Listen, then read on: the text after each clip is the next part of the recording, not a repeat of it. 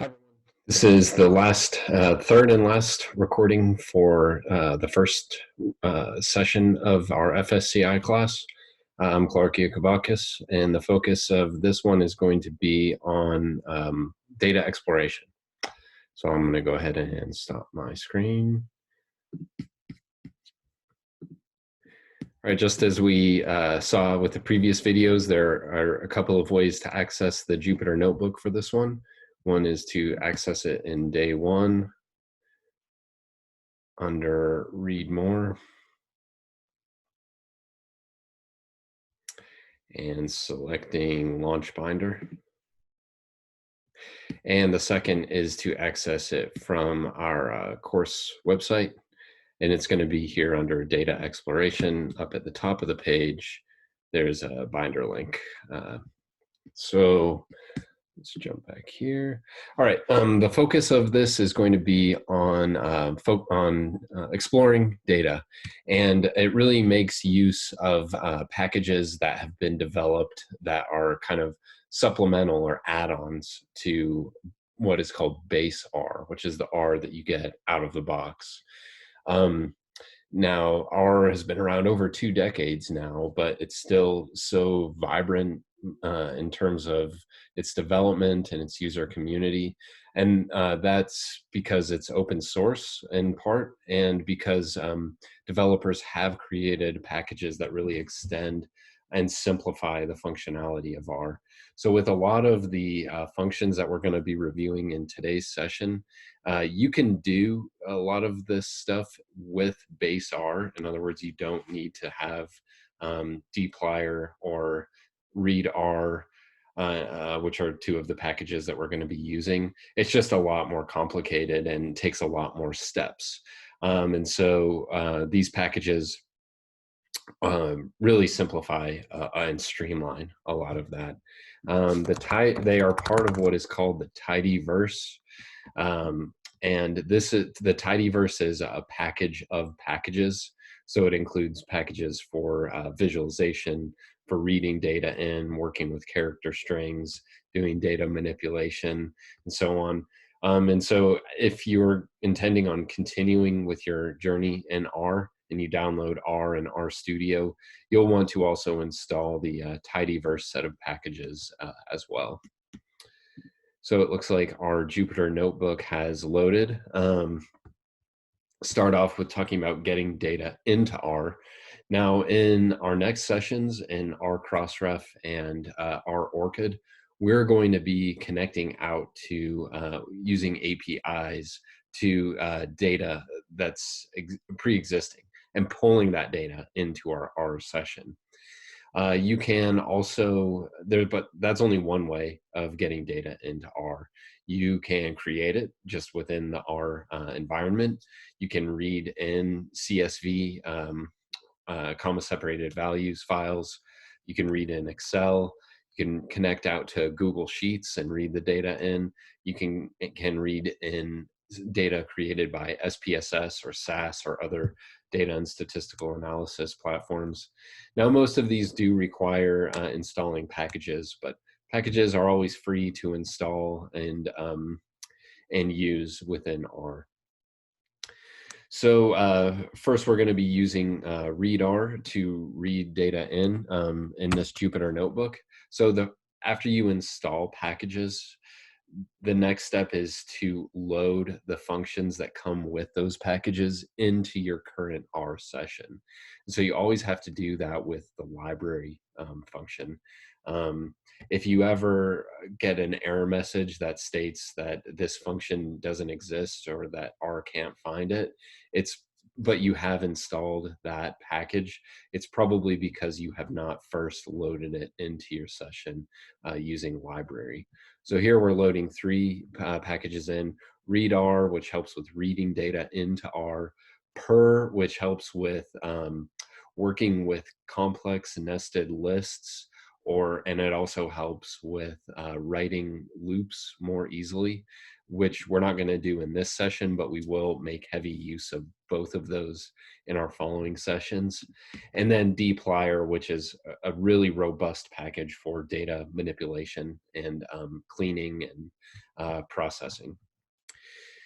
So you can ignore this error message. What this is telling us here is that there are functions in another R package that's called stats that use the functions are called filter and lag, and that uh, dplyr also has functions called filter and lag. It also has functions called intersect, set diff, set equal, and union.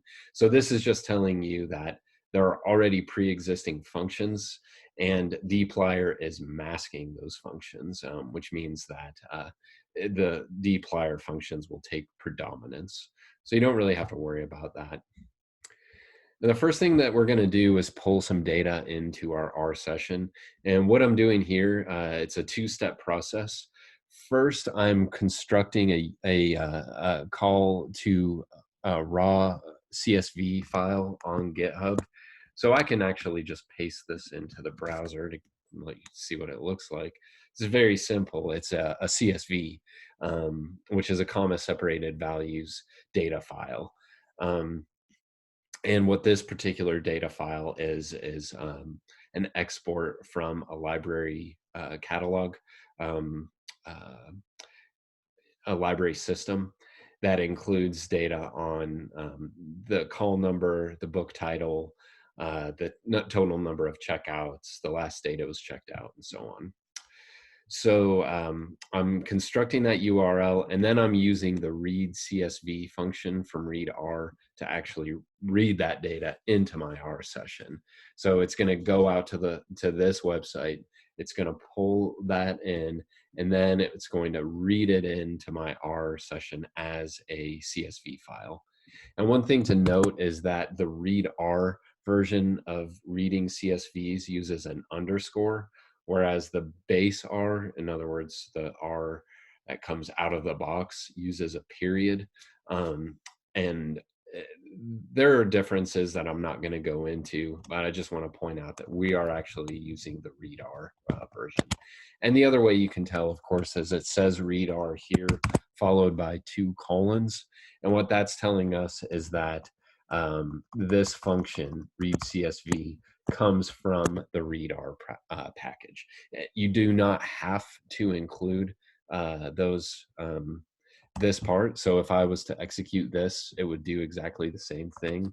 But it's generally good practice to include that, just to avoid this issue of what if there are packages that have the same name, that have functions that have the same name, but that do different things. So I'm going to go ahead and execute this. And if you'll remember, we do that with Control Enter, or we can press Run up at the top. And we again get a little message here, a warning. And this is just telling us that it has parsed the CSV, and it has determined that these are all of the column names over here on the left. And then on the right, these are the column types. So as we briefly touched on during the last session, there are some fundamental data types in R: characters, double, which is a numeric data type, logical, which is true or false, factors, and most, I didn't go into too much detail really, because you don't need to know that for a lot of what we're going to do in subsequent sessions. But what read CSV does is it looks through the first, I think it's 1,000 rows of the data of each column, and it tries to guess what the data type is. So, and then if we scroll down a little bit, we can actually see the data file. So we have bibliographic call number, we have the title, we have the author, the location, the total checkouts, the last date it was checked out, some subject headings, ISBN or ISSN, call number from the item level, the date of publication, and a couple of bibliographic codes. And during the course of this session, we're going to do a lot of work to clean up these column names and also make these bibliographic codes more meaningful. But this is a nice way of just getting a glimpse and previewing the data. All right, but there are some functions that can also help us gather some quick information. One thing, notice that I assign this to the value books. So from now on, just as in the last session, we assigned vectors to y or to x. Here we're assigning an actual data frame. This data frame is going to books. So that means that we can run some functions on it. And so some functions include dimensions. This will tell us the number of rows and the number of columns. Names, which will give us the column names. Sorry, I just want to check something real quick here. Okay. All right. Yeah, so the names, the number of rows, and the number of columns, each of those is a function itself. So n row books and n call books, almost 6,000 rows and 12 columns. We can also use the head function to quickly give us a little preview. So I'm going to take this out here for a second. And so this just gives us a nice little snapshot of the first 6 rows. But we can expand that by adding, you might remember last time we talked about passing arguments to functions and that those are followed by a comma. So here n is an argument to head, and what it is specifying is increase the number of rows that we see. So I'm going to comment out that one so it doesn't get executed, and I'm going to run this again. Now you see we have 10 rows and 12 columns. Incidentally, you see this term tibble here. A tibble is the tidyverse version of a data frame. So in BaseR, this grid of columns and rows was called a data frame. Tibble kind of reworks that. It's effectively the same thing. It just really streamlines and simplifies some of the ways that the data frame works under the hood. So in other words, don't really worry about it. And don't worry about what this map function is doing, but really what we're saying here is go through the books tibble, and class is a function in R, and print out the class of each column. So again, as we saw when we read the data in, bibliographic is a character, title is a character, author is a character. The only item that got read in not a character, as we can see here, is total checkouts, which got read in as a number. A double, which is a numeric value. Everything else is a character. So that's just something to keep in your pocket if you quickly want to know what all of the column classes are. All right, let's get into exploring variables. So as we already saw, head prints out the first 6 book titles. But let's so if we do head with books alone, it prints out everything. But if we use a $ and type in a column name, then it's only going to print out that that column's first 6 values. So you might remember last time we said that vectors were sort of like columns. In other words, this is a vector, this is a vector, this is a vector, right? And each one of these vectors has to be a homogeneous data type. Okay, so knowing that each one is a vector, in order to treat them like a vector, we need to use this $. So here we're saying, give us the first 6 values of the X245AB, which I'll talk about that name in a second. Give us the first 6 values of this vector. And then you can also do other types of operations on it. So since total checkout is a numeric variable, we can take the mean number of checkouts. And so here we see that we can take the mean number of checkouts is 3.75, right? And another thing, remember that everything in a code cell gets executed all at once. So you're going to see 2 different outputs here in the output section of the cell. A couple of other functions for dealing with data frames. One of them is unique. And what unique does is it looks in a vector and it returns all of the unique values that appear at least once. So these are location codes for where the book is shelved in the library, for example, like the juvenile section or the main stacks. So here unique is giving us all of these. You can take that one step further by using table. And remember, we're separating this with a $sign. So with table, not only does it give you each of the unique values, but it also gives you the number, the count for each one. And that can be a handy way of just checking real quick and getting an idea of what exists within your data.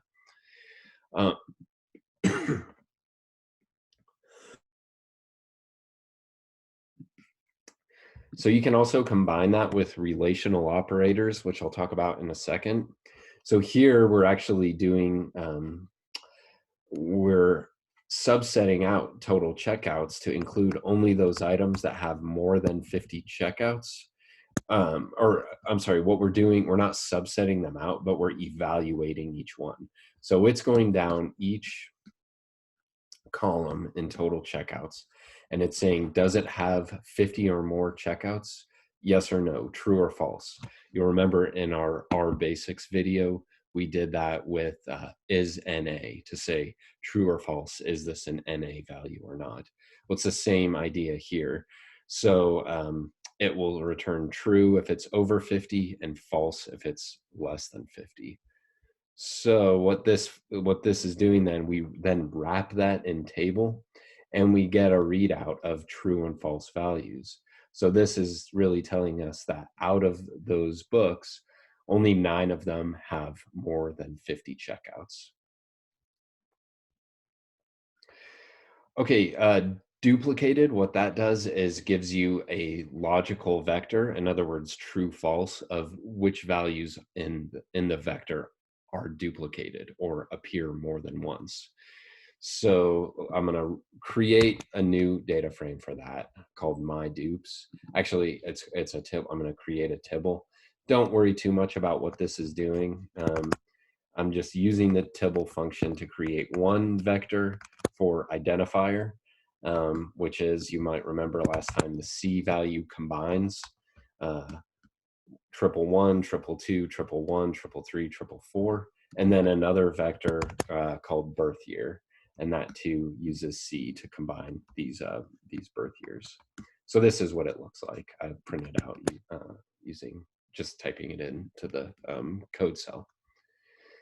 So if we use the duplicated function, that too is it's a logic, it returns logic, yet true or false. So it's gonna evaluate the identifier vector, and it's gonna say, is this duplicated, true or false? So let me go ahead and execute that.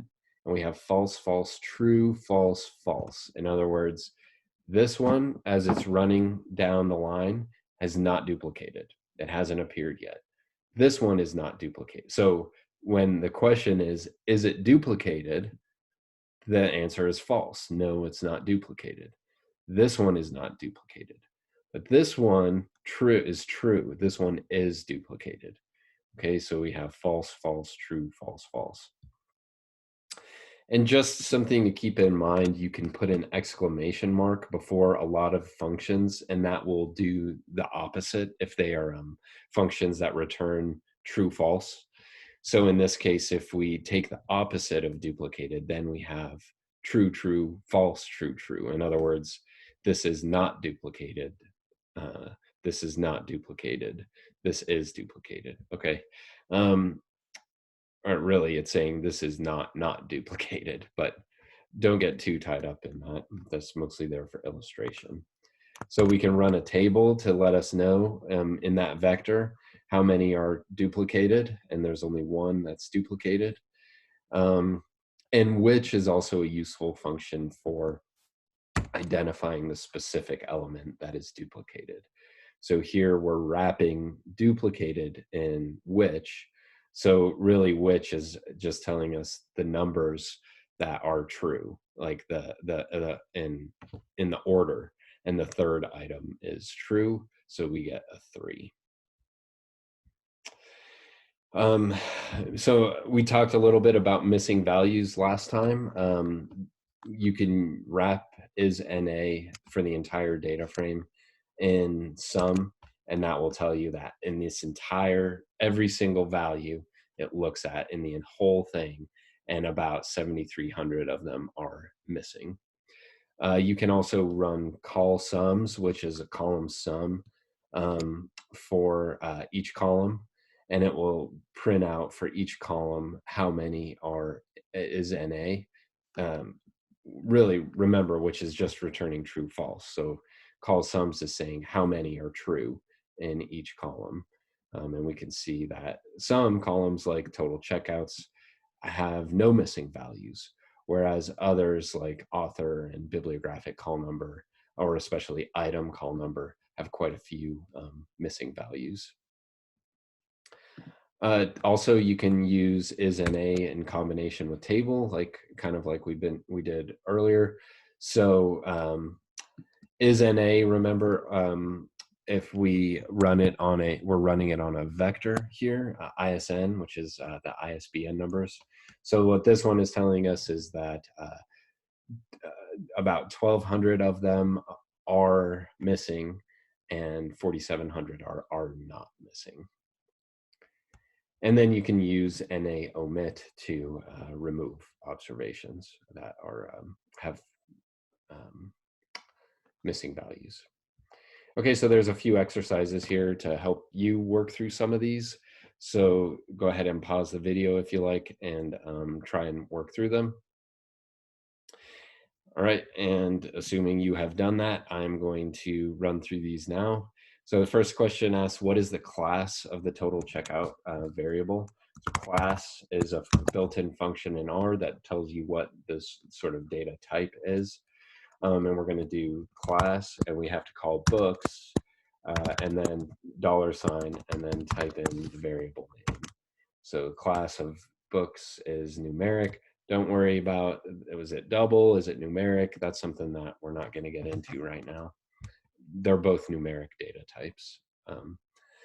The publication date variable is represented with X008 date 1, and we're going to simplify that here in a second. Use the table function to get frequency counts of the values in this variable. So table books 081, and there you go. It's kind of hard to parse out because it's all printed out, and that's why we'll use some dplyr functions later on to make this easier to digest. But table is a quick and dirty way of getting that data. Use table and is NA to find out how many NA values are in the ISN variable. So table is NA books ISN. And as we saw above, 1,200 of them are missing. Use which and is NA to find out which rows are NA in the ISN variable. Which is NA. Okay, so what is all of this? Well, remember that is NA books ISN on its own is a bunch of true falses, right? Because it's evaluating each single variable and telling you true, false, is it NA or is it not? So when we wrap that with which, we're saying give us all of the true values. So 6 is NA, 11 is NA, 29 is NA, so going down across the entire vector. Use which and is NA to find out which rows are not NA. Well, here we can do which is NA, which is not NA in books SN. And so this is doing the opposite, right? Saying which ones are complete. And this is precisely the same thing as which complete cases.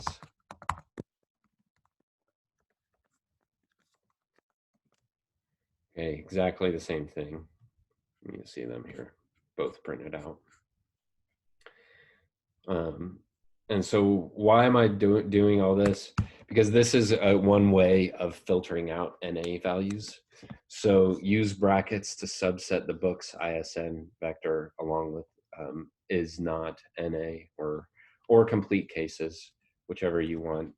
So here we would say books ISN and then subset out which is not NA.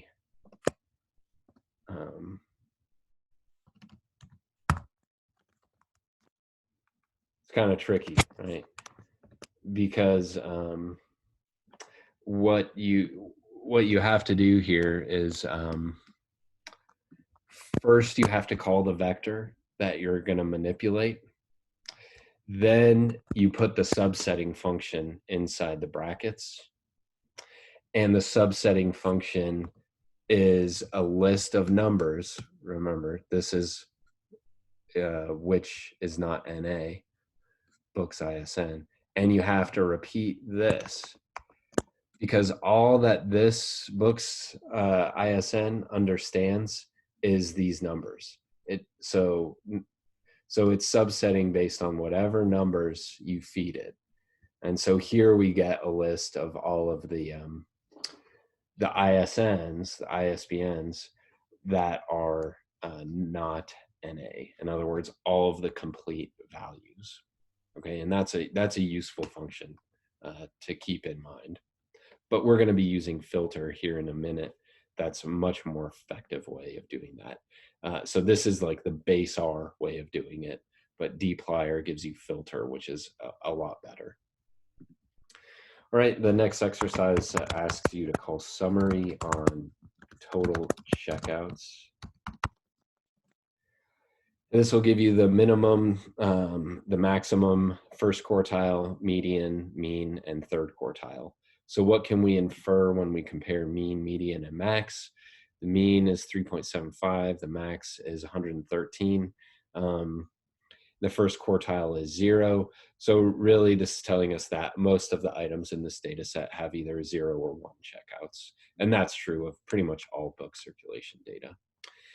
And then finally, HIST provides, prints out a rudimentary histogram, which gives us some frequency counts.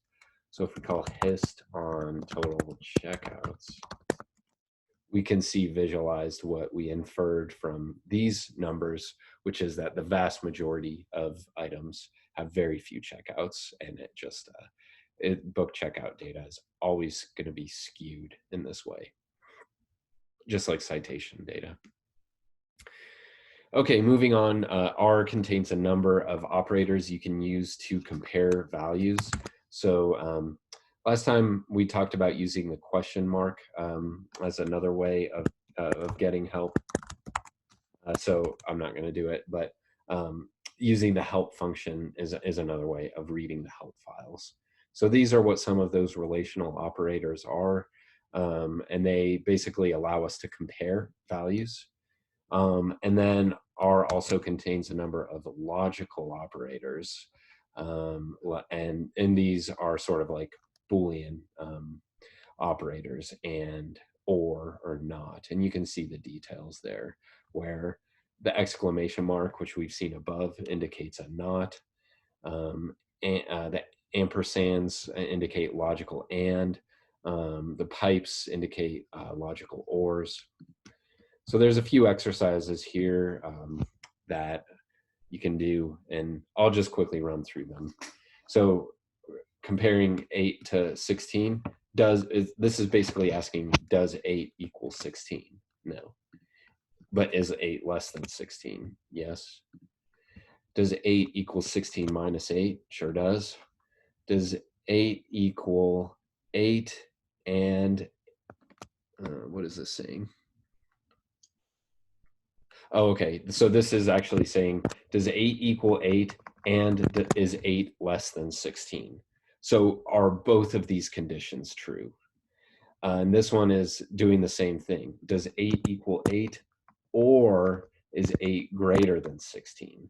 So this one's false, right? 8 is not greater than 16, but 8 does equal 8. So this is going to give us a true. But does 8 equal 9 or is 8 greater than 16? Both of these conditions are false, so we're going to get a false back. Any is another function that tests whether anything within the parentheses is true. So are any of these true? Does 8 equal 8? Does 8 equal 9? Does 8 equal 10? Well, 8 equals 8, so yeah, yes, that's true.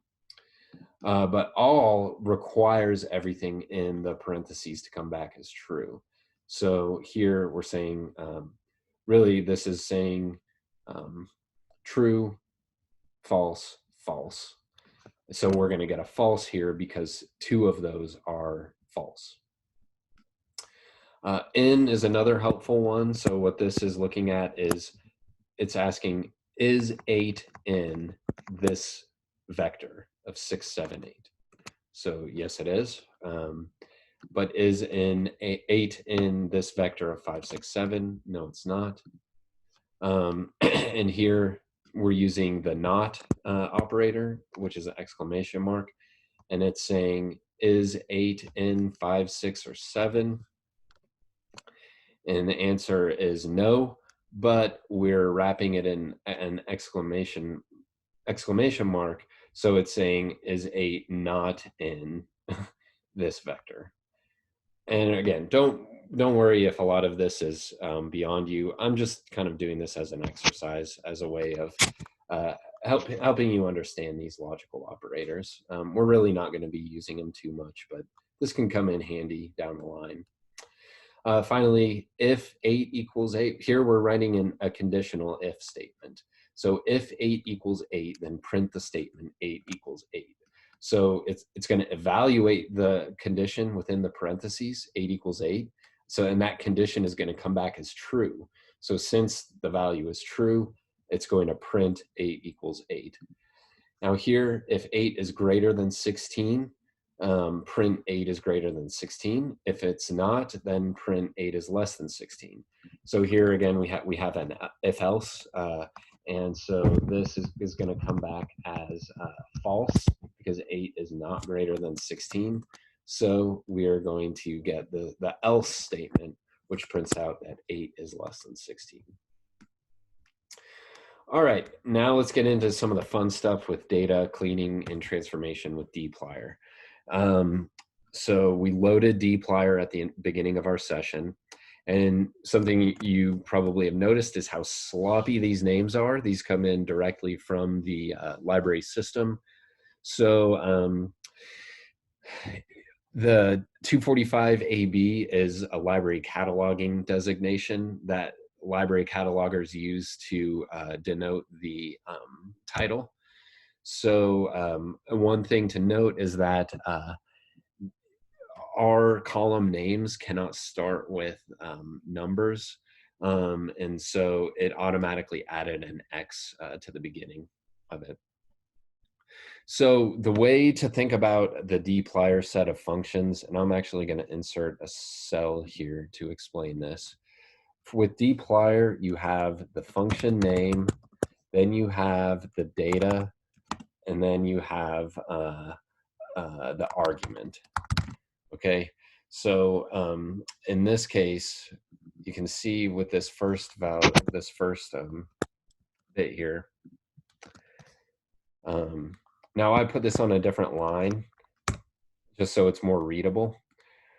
So first of all, we're returning this to books. Now this is something that's important because if you just run it like this, it'll change the name, but it will only change the name in the output. It won't actually write over the data. So here we're going to write over our books data frame. All right, and we're going to use the rename function to rename books, and we're going to change the title. We're going to change the X45A and B to title. So let's do that. And then let me just go ahead and print books out.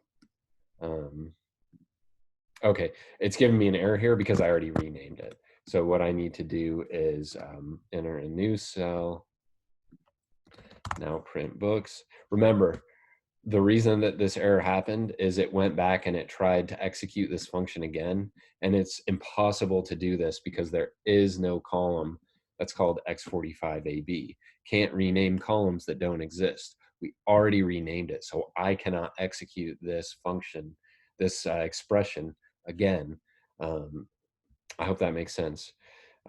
So here, if we print this books out, we can see now that that X245AB is gone, and now we have a nice, neat title.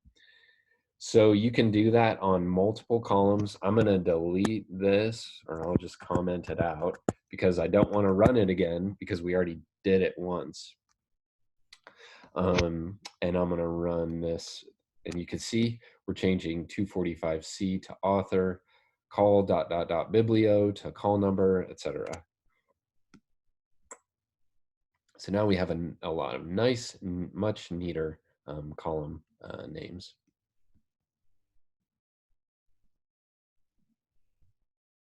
There's also a function called janitor that can do clean names automatically.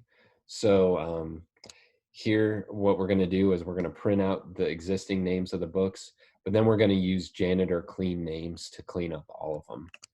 So you can say, you see there's two outputs here. There's this output and this output. And so what janitor did was clean up this location, total checkout. It replaced the period with an underscore. There are 3 periods in a row here for call item. It just condensed that down to 1 underscore. So this is a really handy function for dealing with messy column names.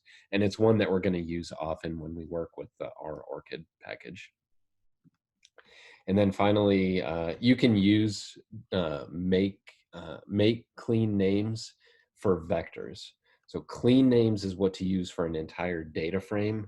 But if you just have a single vector, then you use make clean names. So here we create a new vector called my messy names. That is it shows, you know, with an underscore and some punctuation and spaces, and make clean names will turn that into a single underscore. It will put the X in there so that the column name doesn't start with a letter, a number, and it will introduce an underscore in place of the space. All right, recoding values. It's often necessary to recode values in your data. We see examples of this, and we renamed bcode 1 to subcollection and bcode 2 to format. And these are the unique values in each one of those columns. So these are pretty much meaningless to us, and you have to know what they stand for. So when it comes to the subcollection, those letters stand for where in the library is the item held. Is it in the general collection? Is it in the reference section?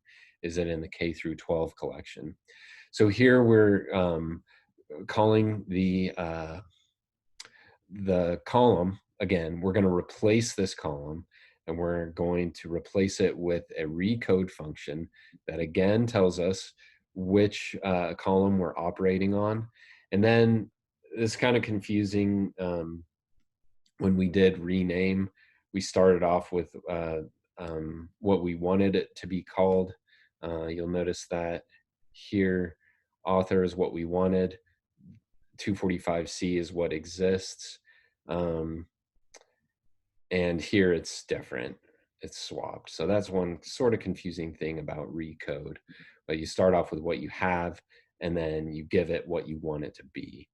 And we'll do the same thing with format, which was formerly B code 2.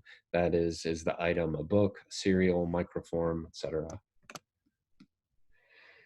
So when I execute that, it will compare these unique printouts to these unique printouts where we had this meaningless bunch of nonsense.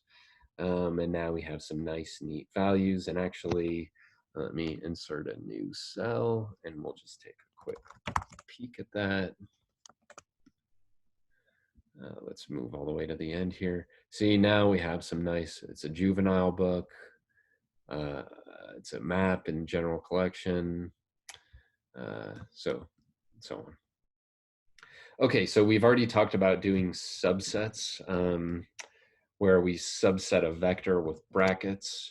We didn't talk too much about this, but you can use 2 dimensions of a bracket to get the row and the column. So this is the 5th row and the 2nd column. You can use titles for that as long as you combine the titles into a vector first. I'm just going to kind of run through this because filter is a much easier way of doing this kind of subsetting work. If you leave the row space blank, it will give you the title columns only. So yeah, let's move on to filter. It has the same sort of logic where you start off with function name, the data frame that you want to change, and then your arguments. So here we're going to create a new data frame called books only, and we're going to filter books to keep only those values where the format equals book. So I'm actually going to print out here. All right, so now if we scroll all the way to the right, the only thing we should see in the format column is book. And indeed, that's all we see.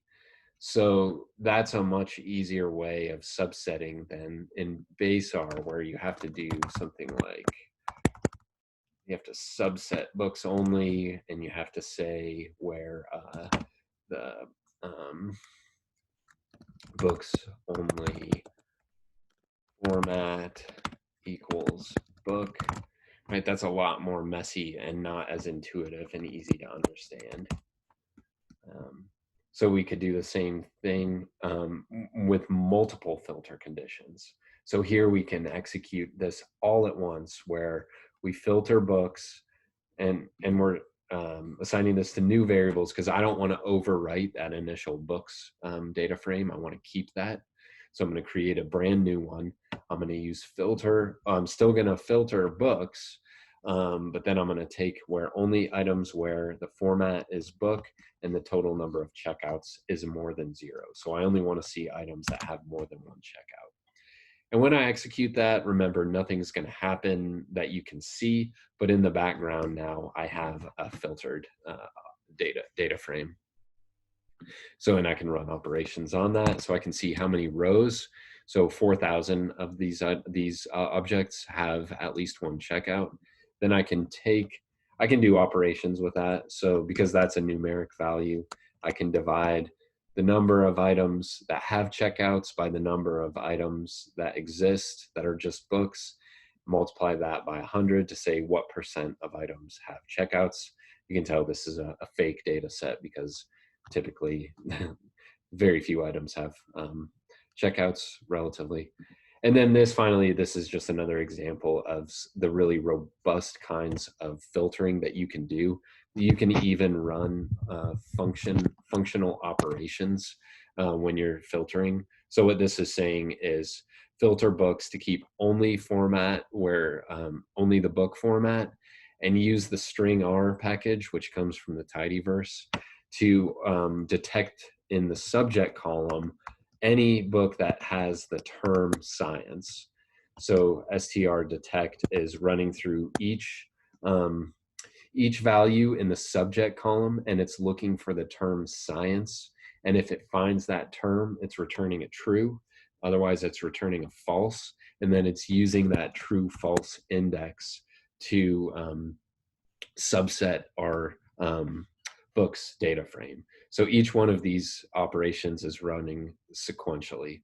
So first, only books are kept, then only books with the word science in their subject is kept, and then only books published after the year 1999 are kept.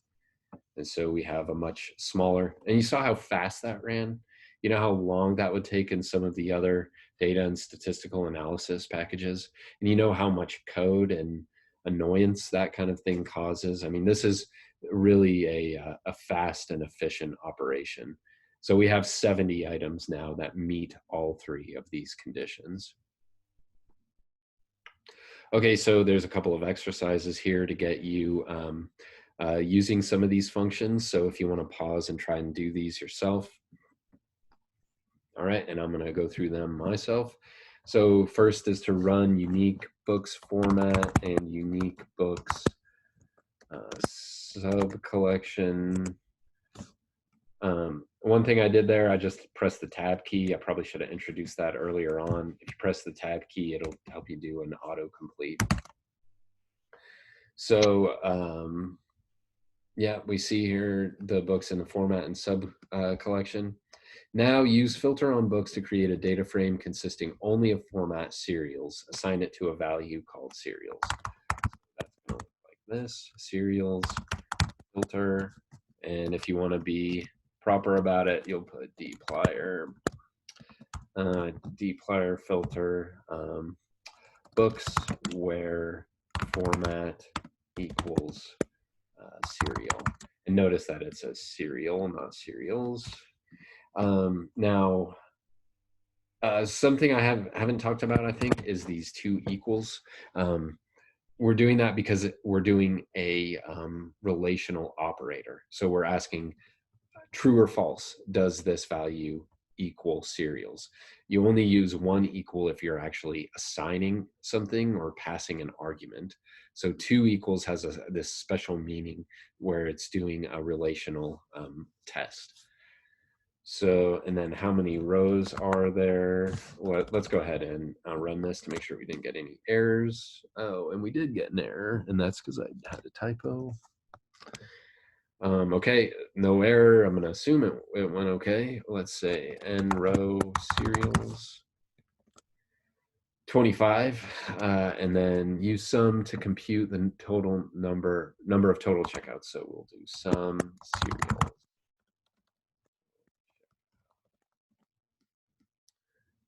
Oh, we changed that name of that, didn't we? And that's when it comes in handy to use tab to do autocomplete. The sum of total checkouts in serials is 0, which makes sense because generally you're not allowed to check out serials from libraries. In the next exercise, use filter to create a data frame consisting of format books and subcollection juvenile materials. Assign it to a value called juve. So juve gets dplyr where format equals book or books. Book. Format equals book and sub collection juvenile materials. So let me run up here. Juvenile.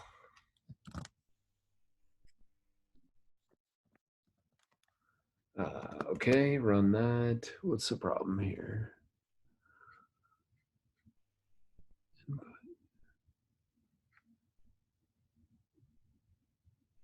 Oh, the problem is it tells me you used one equal instead of two equals. Did you mean sub collection 2 equals juvenile? Yes, I did. And what is the average number of total checkouts? So we'll say mean juve total checkouts 10. Filter that data frame to include books with between 10 and 20 checkouts. So we can say dplyr filter juve where total checkouts is greater than 10 and total checkouts is less than 20. I think that's right. Let's confirm. by looking at our total checkouts. 19s, 18, 17. Yep, that looks like right. So what we did there is, you remember above, we have two conditions there. The item has to have more than 10 checkouts, and the item has to have fewer than 20 checkouts. All right, selecting is a way that allows you to keep or remove specific variables in a data frame. So here, let's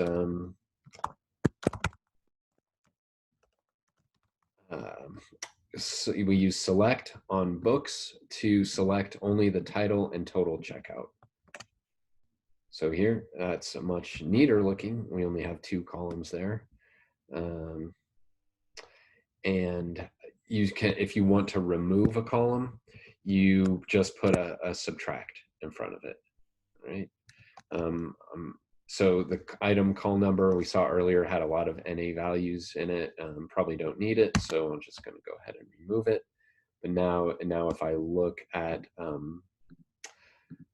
books, or let me just print the names of books, we can see that column item is no longer there. And then finally, you can use select with to reorder the columns. So let's say you wanted the title to appear, then the total number of checkouts, then the last checkout date, and then everything else. This is what you would do for that. Next, we have arrange, and what arrange does is it sorts it. So so we can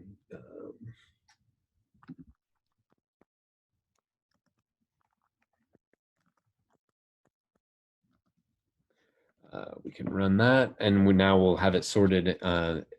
What this is doing is it's arranging books, and it is sorting the title in alphabetical order.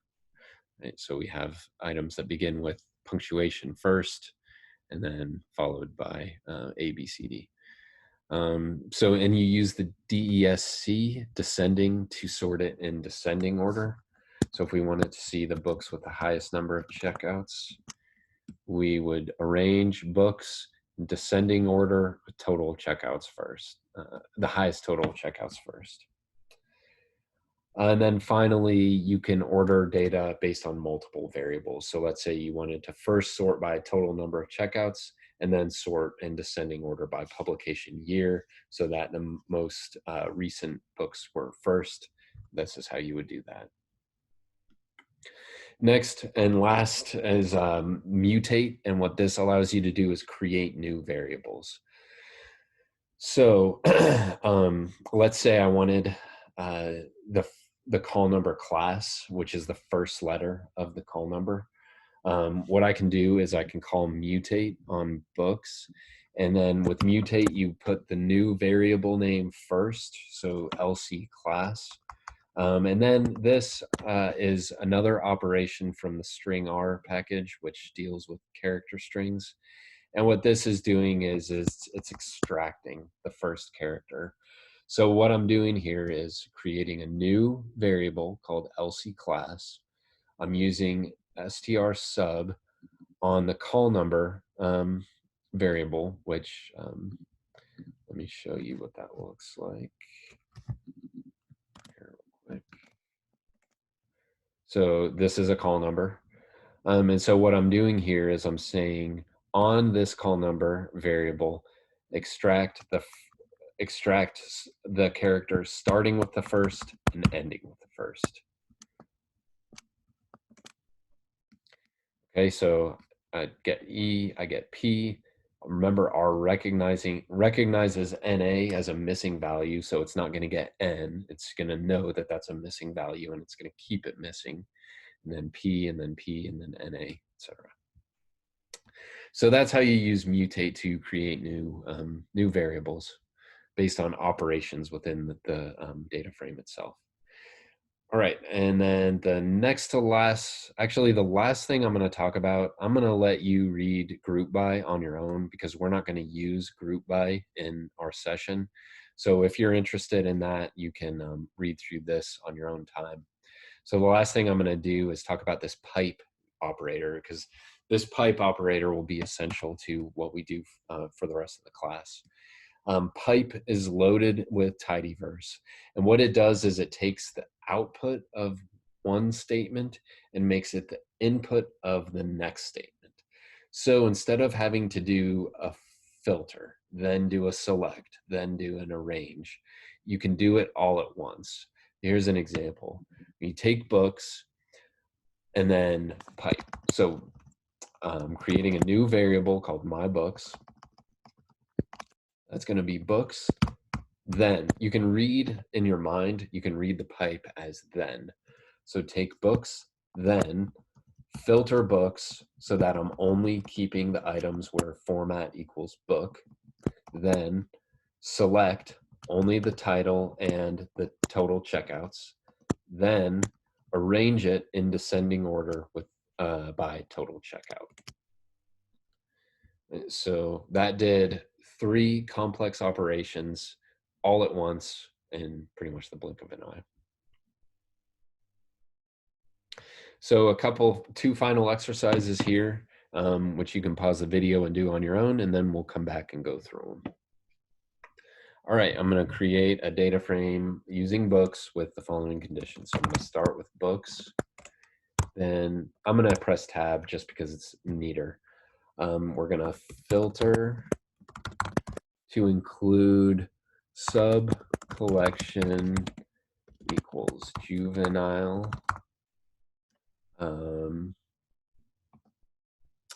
And sub collection equals, this is a tricky one, K through 12. I wrote this a long time ago, so sometimes forget what I did. I'm just going to double check what the sub collection values were.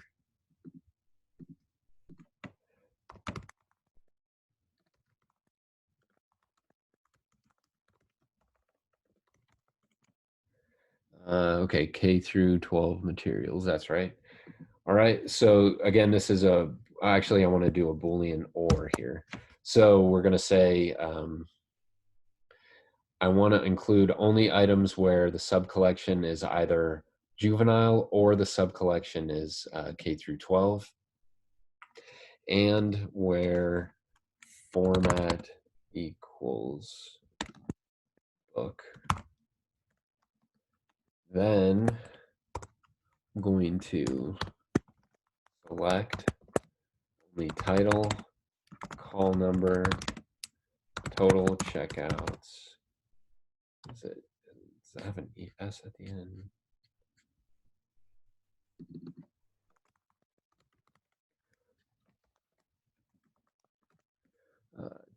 It does not have an S at the end. Total checkouts and pub year.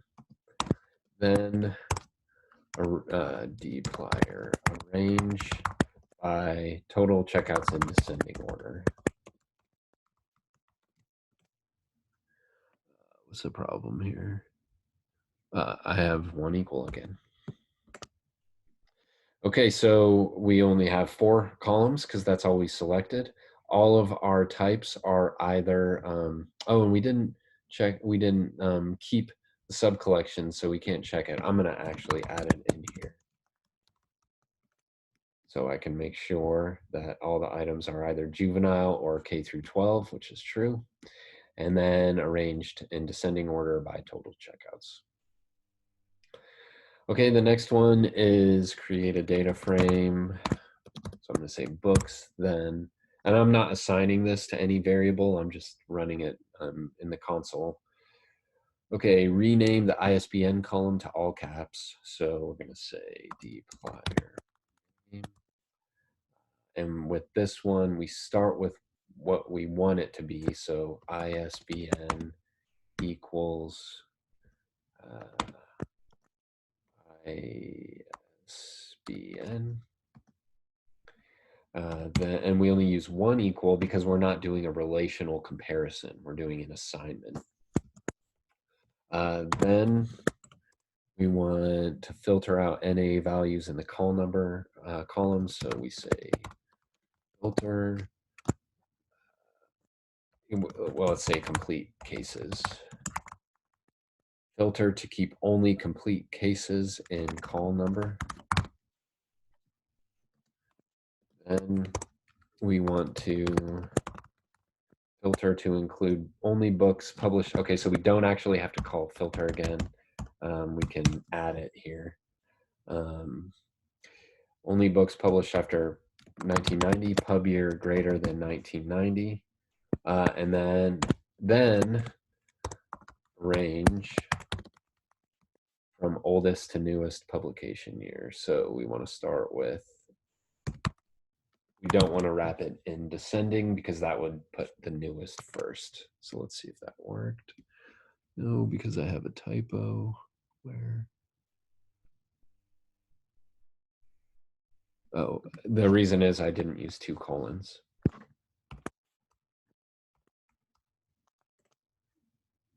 Okay, so is our ISBN column in all caps? Yes, it is. Do we have any missing values in complete in call number? Doesn't look like it. We can always do any, or we can do a table complete cases. I didn't assign this to any variable, so I can't do that test. But you would do a table complete cases for this column. Is any publication year less than 1990? 91. Okay, use, those are a problem that you would need to sort out afterwards. So it doesn't look like it. I mean, you would need to sort that out earlier, where you would probably need to replace them with NA, and then they'll be treated as missing values. And then it looks like it is arranged by publication year. All right, so that is it for data exploration, and we'll look forward to diving into our Crossref next week. Let me know if you have any questions as you're working through this, and look forward to talking to you soon.